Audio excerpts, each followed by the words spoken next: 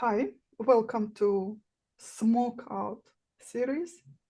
My name is Guzalia Davis, and we are joined today by the stop smoking specialist, Reyna Williams Zarzuela. Thank you so much for joining me, for accepting my invitation. Thank you for having me, Guzalia. I'm excited to have you share your experience and some practical guidance for people who are ready to become smoke free and start a healthier lifestyle. Where are you located? Please tell us where people can find you when they're ready. I'm located in the state of Indiana, in a town called Carmel, Indiana. And the name of my business is Cahoba Therapeutic Services. You see people in person in your office, right? I do both. I see them in person and I see them virtually as well. Perfect person for comparing working both ways, in person and online. To this day, almost every client that books an appointment for hypnosis, they're concerned about not being effective when you do it online, virtually. What is your opinion? My opinion is all totally the contrary. There's a safety and a protection actually of getting hypnotized from the comfort of your own home.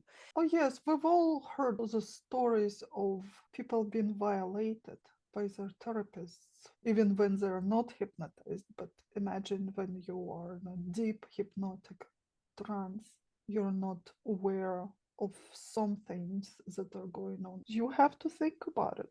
Especially nowadays. I mean, we think a client can be a predator, but then you could also see that the other way around. So safety first, definitely. Yes, well, you made a good point. Many therapists prefer to work virtually now for the same reason to have that protection, that barrier. Unfortunately, at this time, you have to think about it. Yeah. Absolutely. Safety goes Hmm. both ways for the client and for the therapist. Reina, one important question for you. What would be a definite no for you? When would you reject a potential client? Well, I've had clients like this in the past where they're not totally invested. They'll call you and you try to get in touch with them. They don't call you back. You send them the information or the steps they need to prepare before the session. And then I've had excuses. I didn't get the email. What other excuses have I had? I'm out of town. Sorry, I never got back to you. Just excuses, the runaround. And then another thing that I've also seen is it's not going to be effective. It's not going to work. I've done this before, which is kind of interesting because if you're there and you're paying the money, it's like parts in conflict. You're saying to yourself, one thing, yeah, I want to be here, but then another part of you is like, oh, well, this is not going to be effective. So that's just like a red flag that I noticed. That is crazy too. Everyone walks around with a phone in their hand. Simply Google it. Effectiveness of hypnosis for smoking. All data is there. Hypnosis is the most effective way to quit smoking.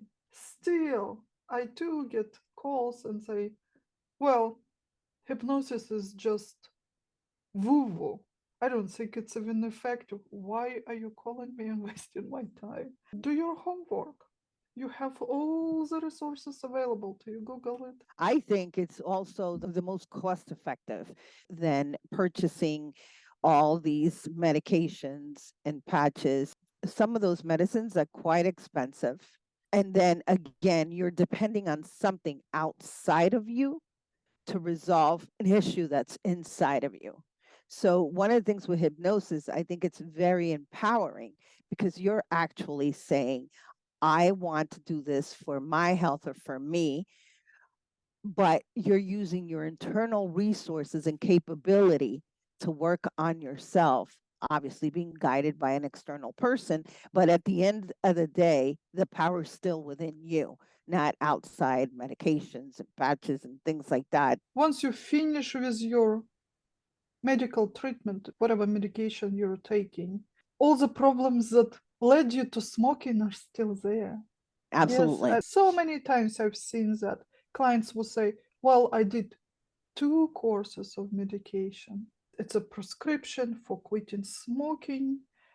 I believe it's 1 month treatment, and it costs And me it's expensive. $500 for one Hmm. course. And usually doctors say you need 2 or 3, and then people still go back to smoking. So clients would say, I did 2 courses and I still smoke. It didn't work. Hmm. It worked for what it was designed. It was designed to suppress cravings, or to substitute this nicotine that you were getting from cigarettes. It did exactly for what it was designed, but obviously it didn't solve any problems that force you to smoke. Smoking is never about smoking. Everyone who smokes, they're fixing with smoking something else. They're trying to soothe it. It's like a pacifier for an adult. You got bored, cigarette. You got stressed, cigarette. You don't want to talk and face problems in your relationships. It's much easier. Come out outside with a cigarette. You are fearing for your future. Cigarette. Cigarette. Yes. Now you put in nicotine patches. You still have all these problems. Or you taking medication. Those problems don't go away on their own. So when we do smoking cessation, there is very little work involved that related to smoking itself, because smoking is never about smoking. We have to find appropriate way for each person. For everyone's very different story. We have to help you find strategies to solve your existing problems so you don't reach for a cigarette next time you got your boo-boo. That's why those medications and patches do not work. Yeah. Maybe they can offer some relief, make it a little easier, but you still have to do the other stuff, other work. You're spot on, and you clarified it there a lot. And people that I know that have been smokers or have smoked, and the one of the first things is getting on some kind of medication. And like you said, it might help a little, but ultimately the issue's still there. The issue's still there. I just think that sometimes we think, oh, if we get something that bypass the problem, externally take the issue away, that's our first go-to if we're not educated on the matter. But the more I do hypnosis, even with myself, I just say, wow, we are truly equipped with self regulating ourselves with by bypassing the conscious mind, going directly into the unconscious, because we do work like a computer. It's like reprogramming what's there. However, this is what I find over and over again in different areas, not only in the smoking area, is people truly wanting to face the issues, depending on what they are, truly going emotionally through the situation that's there in the background or in the shadow, to be able to deal and face it and then go through the issue. And not only do I see it in smoking, and like I say to my clients, ultimately this will give you the relief and the release going through the problem itself and facing it. And sometimes it's not as scary as we perceive it to be. When people call, what words you like to hear when you know exactly 100% this is my client, I can work with this? They're totally committed. I really want it. And now I'm really ready. In the past, I've started, I've done it, but I haven't really been invested in it totally. But now I'm ready. When I see that people are not committed, more often than not, oh, it's bothering my husband. Oh, it's bothering my wife. Oh, my mother or family member told me to do this. And then I Somebody get it. else wants it. Aha. No one should want it more than you. Well, Reyna, tell me please, how do you prepare your clients? Okay, you've decided this is the right fit. You can help this person. You've scheduled your appointment. What's going on next? What's the next step for you? So usually I'll have 15 minutes in that we can talk or chat over the phone. And if that's not the case, if it's through email, I send out the survey just asking questions like how many cigarettes do you smoke a week? And I might even have them begin to reduce the amount of cigarettes, just little tools to begin to before even the session. So warm water, when you have the craving for a cigarette, supplement that. So I'll send out some exercises along with the intake form.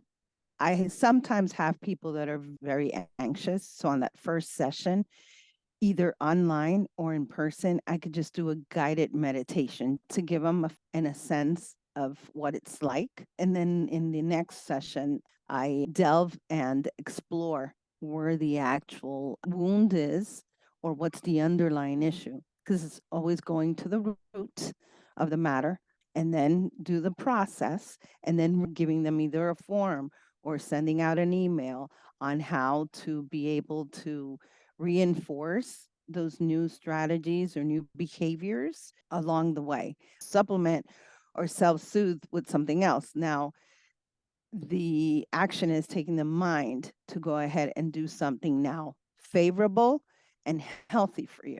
Sometimes people tend to get super hungry or supplement with food. Well, that's fine and dandy as long as the food is healthy and obviously not fattening, I guess, because then so that you don't have to deal then with another issue. And then send them home also with a recording for either a guided meditation to reinforce the work we've done. So I want to underline very important message here. Hypnosis is powerful, but it's not a magic wand. No, it takes work. Yeah, if people smoke for years and years and years, there's lots issues we have to fix. After one session, you're not going to come out as a new human being and not remembering about what happened before. The work should continue at home. You have to redesign your entire lifestyle. I would even say reinvent yourself as a being. Absolutely. Hypnosis is a start. It certainly can make things much more doable, more comfortable, but what you do afterwards at home is very, very important. And just like Reyna said, now you have to do something instead of smoking. It doesn't matter what you're trying to quit. It's very hard not to do that thing that you're trying to quit without doing something instead. You don't think of what you're doing, you're on automatic pilot. And when you're actually self aware, it's like, whoa, I never even thought about it. Or, whoa, I never even looked at it from that perspective. It's a change of perception is an expansion of awareness. I think that's huge when a person has that realization. Obviously, reinforcement, and like you said, if it's a lifelong learning or habit or whatever it was, or addiction, you still have to reinforce the new pattern.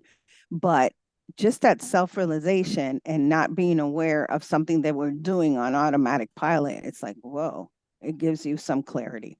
Reyna, can you please give some tips to people who maybe right now in this very moment decided this is it, I'm going to quit smoking? What they can do today, even before they go into a therapist or a hypnotist? What the first step that can get them closer to their goal? What's the first thing I would say to a person is accept it. I have an issue. We know the statistics. This is not something we can just sweep underneath the rug. It's a matter of life and death. Fast forward into the future and see yourself in that deathbed and you're all intubated and towards the end of your life, the quality of your life and your breathing is not there anymore. And you're depending on other people. Just having that image in your mind, let alone if you have children, grandchildren, family members around you that love you. If I can't do it by myself, let me go ahead and reach an expert in the area. and start noting, how many cigarettes you smoke a day, and go inwards and just say, what is the emotion right before I go for the cigarette? That's some of the things I would suggest. Thank you. Well, that's been wonderful having you, Reyna. Again, want to remind Reyna is located in Carmel, Indiana, and your website. www.cohoba energy altogether cohobaenergy.com. Thank you very much who spent these few minutes with us. We wish you a great day without smoking. Thank you, Absolutely. Reyna. Thank you.